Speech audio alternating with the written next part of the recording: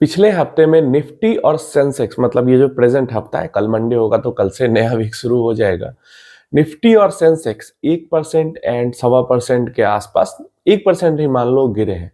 जबकि mutual funds हैं जो कि 8% तक टूटे हैं। कौन से म्यूचुअल फंड्स हैं, क्या करना है, साइकोलॉजी बहुत जरूरी है। यहाँ पे वीडियो पूरा देखना, अच्छी जानकारी मिलेगी, समझ में आएगा, अपने गोल के साथ जुड़े रह पाओगे। सबसे पहले बात करते हैं तो हमारे पास मोतीलाल ओसवाल म्यूचुअल फंड के 3 फंड्स आ जा सकते आते हैं जो कि काफी ज्यादा टूटे हैं। सबसे पहला आ जाता है मोतीलाल का मैन्युफैक्चरिंग फंड। तो ये तो भाई सेक्टोरल कैटेगरी का फंड है। डेफिनेटली जो मैन्युफैक्चरिंग सेक्टर है काफी पुश किया जा रहा है, काफी स्कोप है उसके अंदर में, बट फिर भी सेक्टोरल है, काफी ज्यादा वॉलेटाइल होगा, ज्यादातर लोगों को अवॉइड करना चाहिए। लेकिन आपने जिस भी गोल से इन्वेस्ट किया है, अगर वो गोल इंटैक्ट है तो आपको बने रहना चाहिए। क्लियर है? लेकिन मैं पर्सनली सेक्टोरल फंड्स को अवॉइड करता हूं। नेक्स्ट हमारे पास आ जाता है मोतीलाल का ELSS tax saver fund. Tax saver fund है ईएलएसएस कैटेगरी का। तो यहाँ पे अगर आप टैक्स सेविंग के लिए इन्वेस्ट करते हो तो बहुत बढ़िया है। आपका ओल्ड रेजिमे में अगर टैक्स फाइल होता है, टैक्स सेविंग होती है तो बहुत बढ़िया है। लेकिन अगर आप टैक्स फाइल नहीं करते हो, बस ऐसे इन्वेस्ट करते हो ईएलएसएस में, तो मैं पर्सनली इसको नहीं चूज करता। मुझे नहीं चाहिए कि मेरा पैसा लॉक हो जाए बिना किसी कारण का जाके। तो ये चीज है। लेकिन अगर आपके गोल के अकॉर्डिंग ये फंड एकदम सूट कर रहा है, सुटेबल है, अलाइंड है, तो डेफिनेटली इस गिरावट को लेकर भागने की नहीं सोचनी चाहिए, बने रहना चाहिए। आप भाग भी वैसे ईएलएसएस फंड में नहीं पाओगे। नेक्स्ट हमारे पास large and mid cap fund आ जाता है मोतीलाल का ही।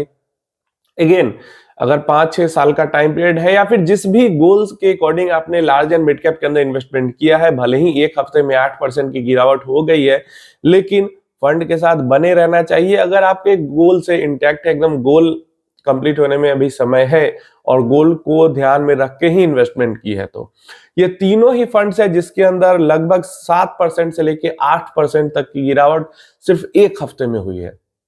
और एक बहुत बड़ा रीजन है कि डेफिनेटली मोतीलाल म्यूचुअल फंड को अभी टारगेट किया जा रहा है, अफवाहें उड़ाई जा रही है, अफवाह के कारण शेयर प्राइसेस पे इफेक्ट आ रहा है, मोतीलाल के भी शेयर प्राइस पे इफेक्ट आ रहा है, मोतीलाल की जो टॉप होल्डिंग है उसके शेयर प्राइस पे भी इफेक्ट आ रहा है, बेयर्स का अटैक मोतीलाल म्यूचुअल फंड पे अभी है। तो इसलिए डेफिनेटली आप इन्वेस्टर हैं तो आपको बने रहना चाहिए। अफवाह के कारण, एक हफ्ते के ब्रेकडाउन के कारण इधर उधर नहीं भागना चाहिए। मैं तो भाई यही कहूंगा। दूसरे नंबर पे हमारे पास एचडीएफसी का डिफेंस फंड आ जाता है। इस फंड के अंदर 6.67%, तो ऑलमोस्ट 7% के आसपास की एक हफ्ते के अंदर गिरावट हुई है। सिंपल सा भाई, इतना ज्यादा चढ़ चुका था, पिछले 4 महीने से तो गिरावट ही जबरदस्त इसके अंदर में हो रही है। और गिरावट जरूरी भी थी, क्योंकि जो अर्निंग्स है या फिर जो फंडामेंटल है उससे कुछ अलग ही डिफेंस सेक्टर चल रहा था। पर्सनली मैं फिर से बोलूंगा कि मैं सेक्टोरल फंड को उतना ज्यादा प्रेफर नहीं करता हूं। मैं सेक्टोरल फंड को अवॉइड ही करता हूं। डिफेंस सेक्टर काफी प्रॉमिसिंग सेक्टर है। अगर 5-10 साल के लिए इन्वेस्टमेंट करना है तो प्रॉमिसिंग सेक्टर है। आने वाले समय में इसके अंदर ग्रोथ हो सकती है, लेकिन जैसी ग्रोथ पीछे का 4 महीना छोड़ो, उसके पीछे का जो 1-1.5 साल था उसमें हुई है, वैसी ग्रोथ नहीं होगी। घूम फिर कर ये भी 15 से 20% के बीच में ही आने वाला है, और लेकिन वॉलेटिलिटी बहुत ज्यादा रहेगी। तो अगर वर्थ रिस्क है, आपको लगता है और आपके गोल के साथ अलाइन है, तो डेफिनेटली आपको इन्वेस्टेड रहना चाहिए।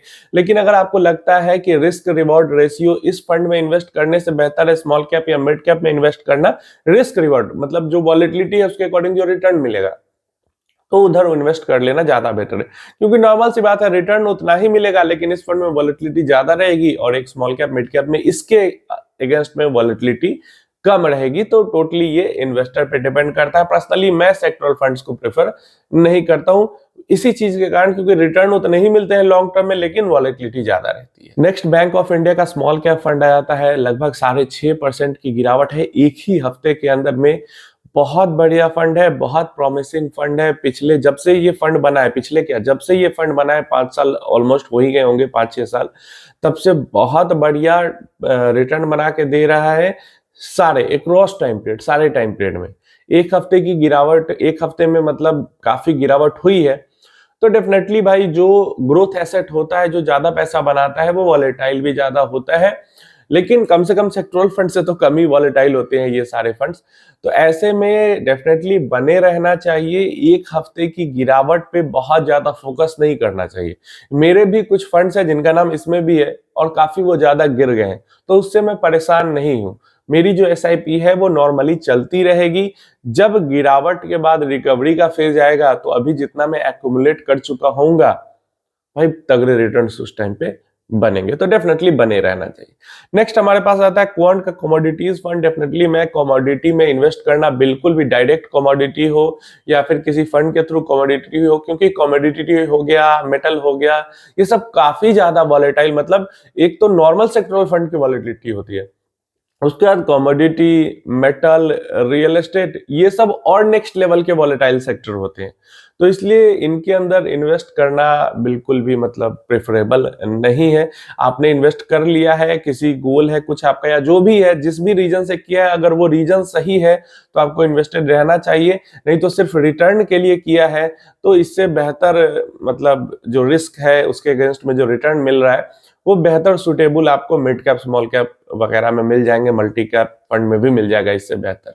वॉलेटिलिटी बहुत ज्यादा रहने वाली, तो इसलिए सोच समझ के इन्वेस्टमेंट करें। नेक्स्ट हमारे पास आता है आईटीआई का स्मॉल कैप फंड। पिछले एक साल में आईटीआई के फंड्स ने काफी बढ़िया किया, एक दो साल में काफी बढ़िया किया है। एक हफ्ते की गिरावट हुई है। अगर लॉन्ग टर्म गोल है तो डाइवर्सिफाइड फंड है, स्मॉल कैप फंड है, अच्छा खासा परफॉर्मेंस मतलब पकड़ रहा है अभी, तो इन्वेस्टेड रहना ज्यादा बेहतर ऑप्शन यहाँ पे हो जाता है। नेक्स्ट हमारे पास बंधन का इंफ्रास्ट्रक्चर फंड आ जाता है, लगभग 6% के आसपास, ये भी टूटा है यहाँ पे। इंफ्रास्ट्रक्चर सेक्टर का फंड है। अभी इंडिया के अंदर में सेक्टर काफी प्रॉमिसिंग है, इंफ्रास्ट्रक्चर में काफी ग्रोथ अभी हो सकती है, लेकिन ये जरूर ध्यान रखना इसके रिटर्न एक स्मॉल कैप फंड के रिटर्न एक जैसे हो सकते हैं। क्लियर है?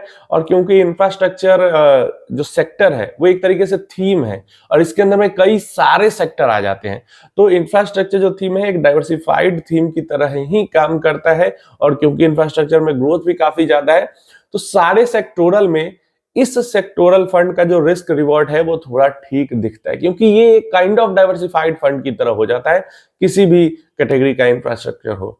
गिरावट अभी हुई है, लेकिन डेफिनेटली अगर आप चाहो, आपका कोई गोल है वैसा, तो आप बने रह सकते हो। नेक्स्ट एचएसबीसी का स्मॉल कैप फंड आ जाता है। लगभग 6%, पौने 6% की गिरावट मेरे पर्सनल पोर्टफोलियो में काफी गिरा है पिछले एक हफ्ते में, तो लगभग पौने 6% की गिरावट यहाँ पे भी हुई है। डेफिनेटली मैं बना हुआ हूँ और मतलब एचएसबीसी काफी बढ़िया परफॉर्म कर रहा था इस बार की जो गिरावट हुई है उसके अंदर, लेकिन पिछले एक हफ्ते में उसने सारी परफॉर्मेंस का एकदम पानी पानी कर दिया उसको।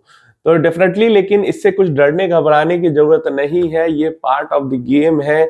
एक हफ्ते में काफी पीछे गिरावट हुई है, काफी फंड्स के रीजंस थे गिरने के, काफी फंड बस ऐसे ही गिरे हैं क्योंकि पूरा मार्केट गिर रहा है।